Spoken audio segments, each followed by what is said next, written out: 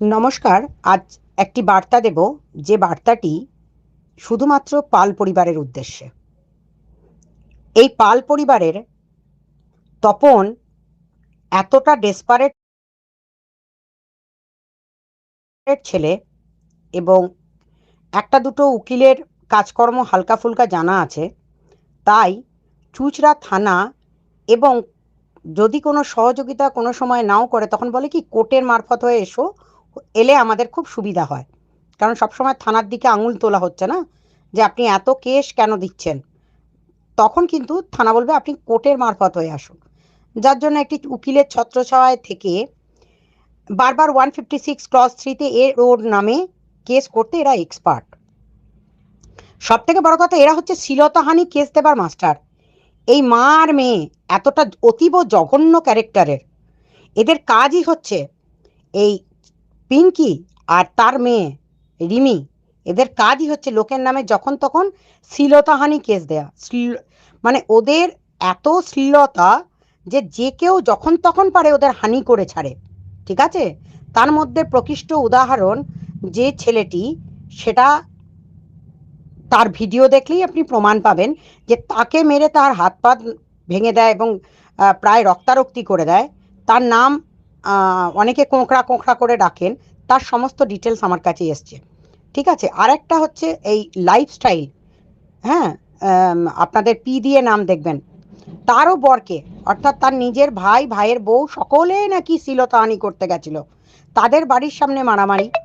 এখন এই জিনিসটা যদি দীর্ঘদিন চলতে থাকে, আরও অনেকের নামে শ্লীলতাহানি কেস আছে, সব বার করছি আমরা একের পর এক। এদের দিকে তাকান কেন, এদের ভিডিও দেখেন কেন, আমি পাবলিককে বুঝতে পারি না। এদের মধ্যে কি দেখেন আপনারা? দেখেছেন এদেরকে কাছ থেকে আপনারা দেখেছেন?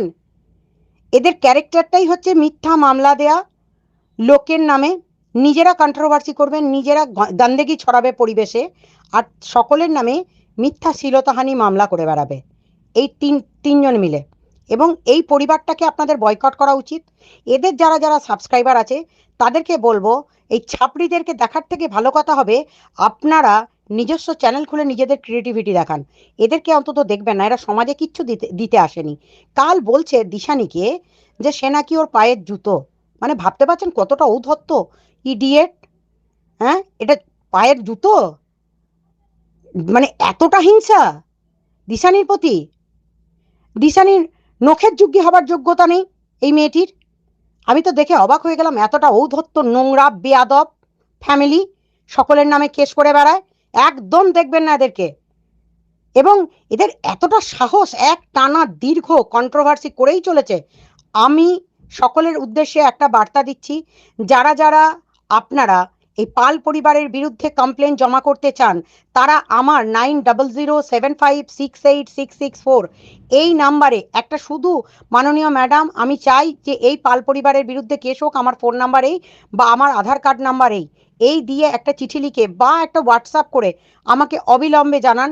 আপনাদের প্রত্যেকের পিটিশন নিয়ে আমি চুঁচড়া থানার বড়বাবুর বিরুদ্ধে এবং চুঁচড়া থানার যে মেজবাবু আছেন তারও বিরুদ্ধে অবিলম্বে হাইকোর্টে যাব। আর সাথে সাথে চুঁচড়া থানার যে কার্যকলাপ এই পরিবারটাকে নিয়ে না থামানোর জন্য পুরোপুরিভাবে চুঁচড়া থানাকে যত দূর টেনে নিয়ে যাওয়ার ঠিক তত দূরই নিয়ে যাব। সাথে যে অ্যাডভোকেট এদেরকে মদত দিচ্ছে এবং এই নোংরা কেস একের পর এক কেস করছে, তার হয়েও, তাদের বিরুদ্ধে হয়েও আমাকে যা যা করণীয় সমস্ত পন্থা অবলম্বন করে সিপির কাছে কমপ্লেন জমা করে রাজ্যের ডিজিকে পার্টি করে যদি আমি হাইকোর্ট না যাই, তখন আপনারা আমায় বলবেন যে ম্যাডাম আপনি কোনো কিছু করলেন না। তাই অবিলম্বে চাই এই পরিবারটা, এই নোংরা মা মেয়ে ছেলেকে এবং তার ওই পালিত পোষ্যটিকে, মানে অর্থাৎ পোষ্য বলছি আমি, ওই তপনকে যদি জব্দ করতে চান, আপনারা সকলে মিলে একত্রিত হন এবং আমার ফোন নাম্বার 9007568666 এই নাম্বারে হোয়াটসঅ্যাপ করে অবিলম্বে আপনাদের কমপ্লেন আমাকে পাঠান লিখিত করে। ধন্যবাদ। আর অবিলম্বে যদি এই পরিবার কারোর নামে আরও কেস দিয়ে থাকে, আমি যদিও 7টা কেস পেয়েছি, যদি আপনারা কেস খেয়ে থাকেন তাহলে অবিলম্বে আমার হোয়াটসঅ্যাপে জানাবেন যে আমিও কেস খেয়েছি, সেই কেসটাকেও আমাদেরকে ট্যাগ করতে হবে।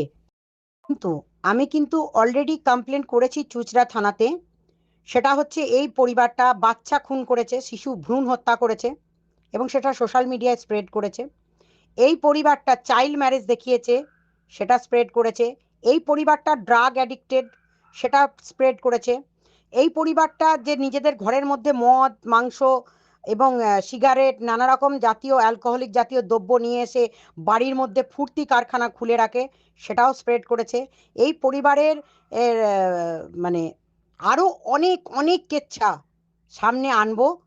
মানে যা সমস্ত কমপ্লেন পেয়েছি আর যা সমস্ত প্রমাণ পেয়েছি তার সম্পূর্ণ চুঁচড়া থানাকে জানানো হয়েছে। সুতরাং এখন আমি সম্পূর্ণটা মুখ খুলব না, যেহেতু এটা আইনি প্রক্রিয়ার মধ্যে ফেলেছি। এখনো শুরু করেনি চুঁচড়া থানা, কেন আমি বুঝতে পারছি না। যদি না করে, আবারও বলছি, চুঁচড়া থানার বড়বাবুকে সতর্ক করলাম, যদি উনি সাবধান হয়ে গিয়ে এগুলোকে অবিলম্বে বন্ধ না করেন, তাহলে চুঁচড়া থানার বড়বাবুর এর মধ্যে কি উদ্দেশ্য আছে সেটাও আমাদেরকে জানতে হবে এবং অবিলম্বে আমি এটার জন্য হাইকোর্ট যাব। কাল ঔদ্ধত্যের কোন লেভেলে পৌঁছেছে এই মা মেয়ে, এদেরকে বুঝিয়ে দিতে হবে যে অশিক্ষা কুশিক্ষায় ভর্তি অর্ধশিক্ষিত গর্ধবগুলোকে মানে সম্পূর্ণরূপে শিক্ষা দেওয়ার জন্য সমাজের মানুষ যদি এগিয়ে না আসেন, তাহলে কিন্তু বুঝবো যে আপনারাও চাইছেন না যে এই পরিবারটার শাস্তি হোক। যদি সত্যি এদের শাস্তি দিতে চান এবং এদের এই নোংরা কেচ্ছাকলাপ বিক্রি করে রোজগার করার পন্থা যদি আপনারা বন্ধ না করেন, তাহলে আপনাদের প্রতিও ভিউয়ার্স আমার প্রচণ্ড প্রচণ্ড রাগ হবে। এবং সবথেকে বড় কথা হচ্ছে, যারা আরও অনেক ক্রিয়েটিভিটি দেখাচ্ছেন, যারা সত্যি কন্ট্রোভার্সি ভালো করছেন, যারা সত্যি করে মানুষকে নিয়ে কাজ করতে চাইছেন, তাদের ভিউয়ার্স হন, তাদের কাছ থেকে কিছু শিখুন।